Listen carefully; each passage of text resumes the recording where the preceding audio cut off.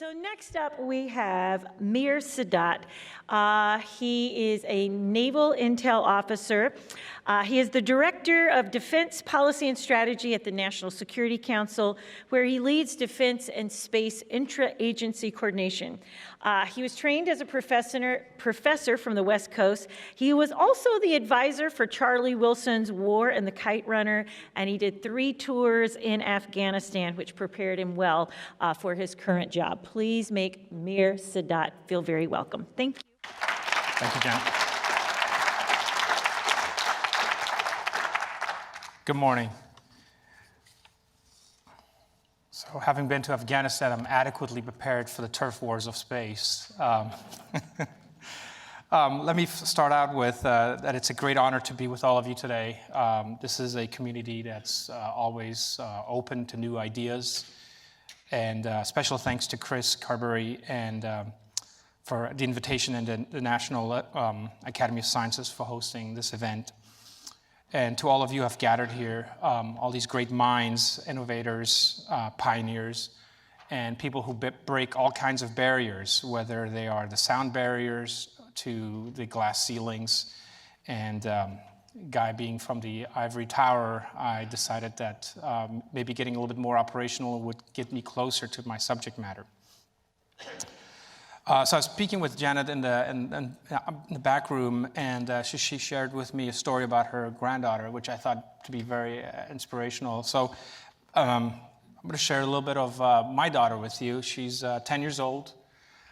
This weekend's her birthday. She'll be 10, and her name is Aliyah. And so her and I always talk about the future. What do you want to be? I tried her to tone down her aspirations to go to Ivy Leagues or some of these private schools. Hey, there's a great community college down the street, you know. So she said, I want to go to the Naval Academy. I'm not a Naval Academy graduate, but perfect, it's free education. And I said, so what are you going to do after you finish the Naval Academy? We looked at the curriculum. I'm starting her early at 10, just to make sure we do get in. She said, I want to become a Navy SEAL. And talk about breaking barriers. And when would be the first female to join the ranks of the Navy SEALs? Perhaps maybe Aliyah's generation will be successful or earlier. And I said, so what do you do after the SEALs? I said, 4 or 5 years, you're going to have bad knees, you're going to burn out, you're going to have arthritis. And she said, I'm not going to be a Navy SEAL forever. I just wanted to do that so I can say I'm a Navy SEAL. She's like, I want to be an astronaut. I said, wow, if becoming a Navy SEAL is not difficult, now you got to be an astronaut. And I said, well, you can't watch any more YouTube clips because your eyesight's going to go bad. That's going to disqualify you. And I said, so after a short, illustrious career as an astronaut, what are you going to do? She said, well, I'm going to move back where we're from, Southern California, open up an ice cream shop along the beach. So she's got it down.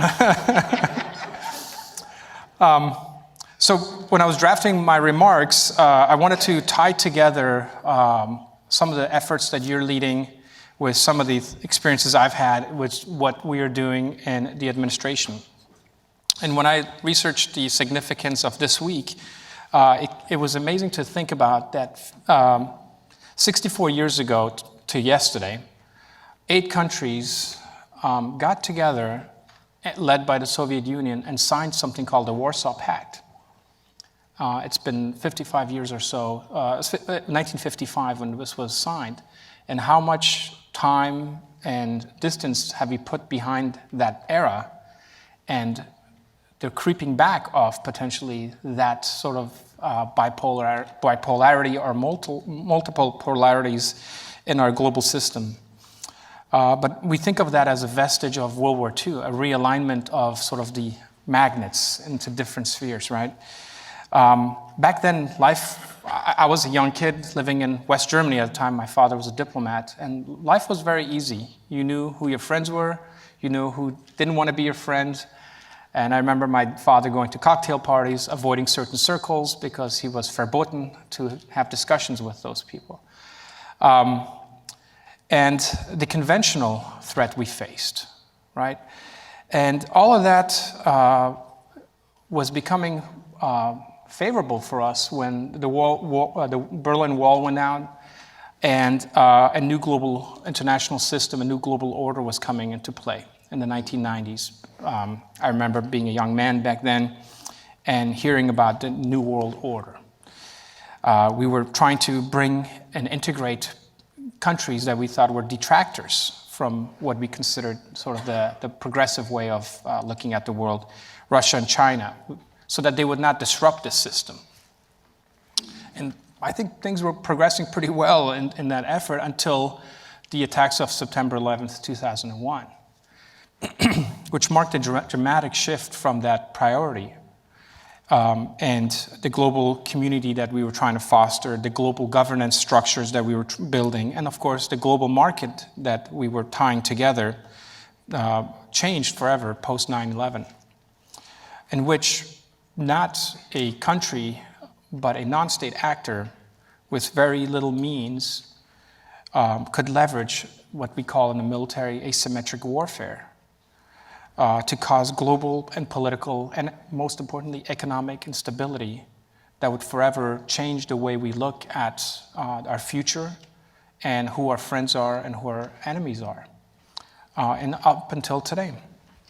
So the 1990s push for the global markets really were dealt that death blow with the financial crisis post-2007. And the economic market, like an infection, spread to every other market that was tied to us. Surprisingly, markets that were cut off from us, Syria, Iran, had the least pain because they didn't trade with us. They didn't exchange with us. Since then, since that time, we are now seeing the resurgence of something new, and what we call in the National Security Council, the return of great power competition. And so Russia and China, although we cooperate on many different aspects, are never going to come into this system that we had envisioned in the 1990s, where everybody works and plays fairly together. And thus setting the scene for what we consider great power competition on the terrestrial planet. And you can just look around the news cycles as it revolves around the Earth, from the South China Sea, which is a contested region between the great powers, to Venezuela, to Syria, and throughout Eurasia, where we are dependent on our space launch capabilities. Overshadowed by all of this great power competition on the terrestrial planet is the great competition in space. And so space figures prominently in the 2017 National Security Strategy. So let me highlight for you, it's a short document, so it's not that boring if you want to read it. It's actually very well written. The amazing part about it is the National Security Strategy and the National Defense Strategy were written around the same time, and actually the National Security Strategy came out before the National Defense Strategy, so there is some coordination in the interagency that worked. One of the ways space is mentioned is specifically to lead in exploration, specifically human exploration across the solar system, and to bring back to Earth new knowledge and opportunities.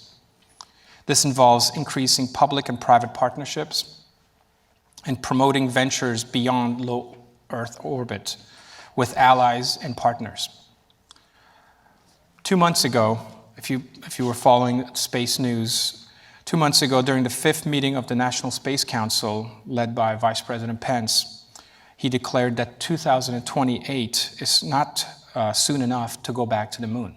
And I'm sure you're going to hear from our colleagues from NASA. The plan is to be back within 5 years. NASA has a roadmap to build a new plan to get there. However, this will be a major undertaking. The US government cannot iron out all the wrinkles and do this on its own.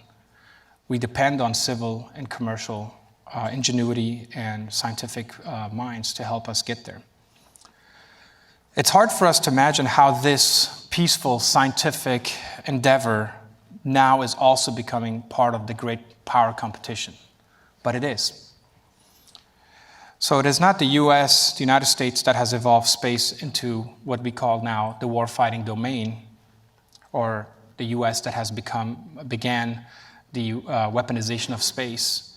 The US has not. The US would rather keep space peaceful. So this brings me to the next topic of the national security strategy, which highlights and prioritizes the advancement of space as a domain. The national security strategy says the United States considers unfettered access to and freedom to operate in space to be a vital interest. A vital interest for a nation is one for which they will shed blood for. That's my interpretation. Any harmful interference with or an attack upon critical components of our space architecture that directly affects this vital U.S. interest will be met with deliberate response at a time, place, manner, and domain of our choosing. Verbatim from the National Security Strategy. Communications and financial networks, military intelligence systems, weather monitoring, navigation, and more have components in the space domain. Some people call space, in my community, they call space the connective tissue. You take out space, sea, land, air won't be able to function. I'm a sailor, so if I have a ship at sea and you take out my eyes and ears and my tongue, I'm not very effective at sea. And I won't be able to get supplies either. The National Security Strategy calls for the promotion of space commerce, which you've heard a lot, which means the expansion of business opportunities and cutting of unnecessary red tape. But it also means the protection of commercial trade and the comforts of a modern lifestyle afforded by space assets. So what does this mean for us in the National Security Council? In addition to putting out daily fires within the interagency communication gaps that we have regarding space, we in the Defense Directorate of the National Security Council and those who you probably have met in the National Space Council are researching and holding various working group meetings to address current and future opportunities and challenges. In fact, this week we're beginning to rewrite the National Security Policy of 2010. Our task is very different than before. Before we had, and then was eliminated, a National Space Council. So our task will now be more than just catching up to today's environment that we operate in. Our space policy will look to the imaginative realm of tomorrow.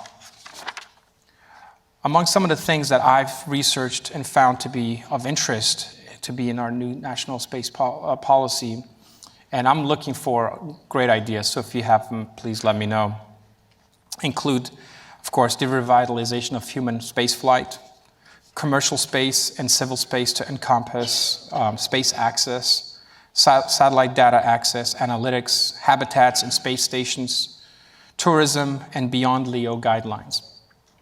Active debris removal, which was part of the 2010 National Space Policy, but not really fully implemented, becoming an important factor these days, right? Space sustainability, satellite lifespan extensions, and improving U.S. STEM education. And of course, you've been hearing in recent weeks the definition and the posture and the governance of becoming the space dominant force. So in contrast to what you might be hearing in the news or by pundits, and of course I alluded to this with regard to China's intent to go to the moon and their use of the moon for military purposes, there is a need for the US space governance restructuring, specifically within DoD. Before Congress right now is a decision to authorize and fund the US Department of Defense to ensure our nation's space-focused warfighters to have the necessary authorities, equipment, and support to assure our freedom of operation in space, to deter attacks, to protect terrestrial forces, especially their dependence on overhead capabilities, to safeguard military and commercial space assets, and when necessary, to decisively defeat hostile space and counter-space threats. This does not include aliens. Unfortunately, because I would have loved to have seen that. America's space enterprise, as you probably know in our governance structure, is truly out of date with the current times. That strategic environment of the Cold War no longer exists. Our competitive margin of dominance in space is shrinking due to the worldwide advances, some of them very good advances, in an era where we are facing a multi-domain warfare potential. Because space supports terrestrial forces, actions in space also directly impact the outcome of future conflicts on Earth. The Space Force that is proposed will focus solely on those space assets. As a Navy sailor working space, I utilize space to inform my colleagues on how to navigate the maritime domain, how to utilize it. However, I'm not a space warrior. So someone needs to be protecting those space assets. And no amount of wishful thinking will prevent or mitigate threats. We can't close our eyes and wish it away. I'm a military guy, and the first rule of strategy is you don't wish away someone's capabilities or their intent. You account for it, whether they are going to exercise on it or not. It becomes part of your calculus. The post-Cold War assumption that space would remain uncontested is no longer valid, as I stated. And of course, the United States government is resurrecting a U.S. Space Command, SpaceCom, and planning, as I mentioned, also to create a U.S. Space Force. Two different concepts, always confused by the laymen in the media, but they are very mutually dependent. While the U.S. would prefer to remain free of conflict, China and Russia have actively exhibited warfare capabilities in space. I don't need to remind you that in 2007, China tested anti-satellite missiles by kinetically destroying one of their own polar orbit satellites. Chinese academics and foreign policy leaders have written an avalanche of papers going back to 2005 advocating for the placement of laser weapons in space. Further, since 2014, Russia has been experimenting with the orbital maneuvering of military spacecraft with the intent to use them militarily if necessary. So they have converted space into our warfighting domain. China and Russia have developed, tested, fielded counter-space capabilities to deny the US, our allies, and our partners, and the commercial sector, the use of space-based systems during crisis and conflict. China has deployed advanced ground-based missiles intended to blind and dazzle satellites in LEO. China will ultimately not only deploy laser weapons on the ground, but also in space one day. Russia has mirrored China's development of counter-space capabilities. And all of this, we would be foolish if all of this we think will not impact or influence human and scientific exploration in space. It will. It is the domain that you live in. And there are so many other things that you don't have access to that are classified. So in response to the Space Command, in response, the US government is establishing a combatant command akin to Central Command, CENTCOM, and SOCOM, Special Operations Command, Space Command, to focus on this vital domain. But operations is only part of the aspect. We also need diplomacy, rules of engagements, and norms of behavior. So I'll conclude with, history is cyclical, conflict is inevitable, and space is no longer a sanctuary for us. We can either be prepared and posture and do the right thing, or we will be unprepared. An opponent that controls space may hold our civilian population centers and deployed forces at risk and our space explorations without ever shooting a bullet. With each passing day, great power competition becomes even more the norm and potential, where adversaries become more competent and capable in space and become postured to act on those intents. If we ignore this, we will jeopardize the comforts of our modern way of life. Our $19 billion economy, our space initiatives, and our current priorities back on Earth. If we are successful, then one day my daughter, Aliyah, will become a SEAL, an astronaut, and lateral over into the US Space Force. So with that, I thank you, and I welcome any questions.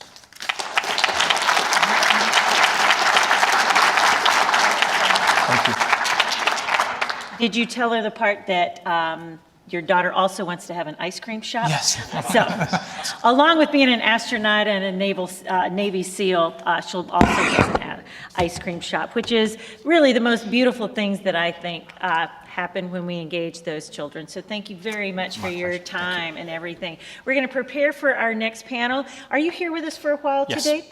Please, if you have questions, find Mir, get to know him, and again, one of the realities of where we are in space exploration is his department. Ask him questions, challenge him on anything that you may have ideas or interesting opinions about. So I'm sure he is well equipped to take all of those things. And I see, do we have any questions right here while we change over? Just a time for a couple quick questions. question about what are the military purposes of a base on Mars? How would the Chinese use it in a military way?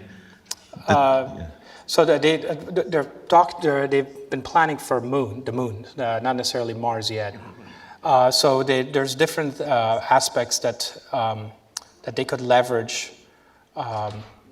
Communications. So the part of the moon that they landed is one that's sort of like a black hole. Not a black hole is probably the wrong term for this, but it's an area of where we haven't gone to yet.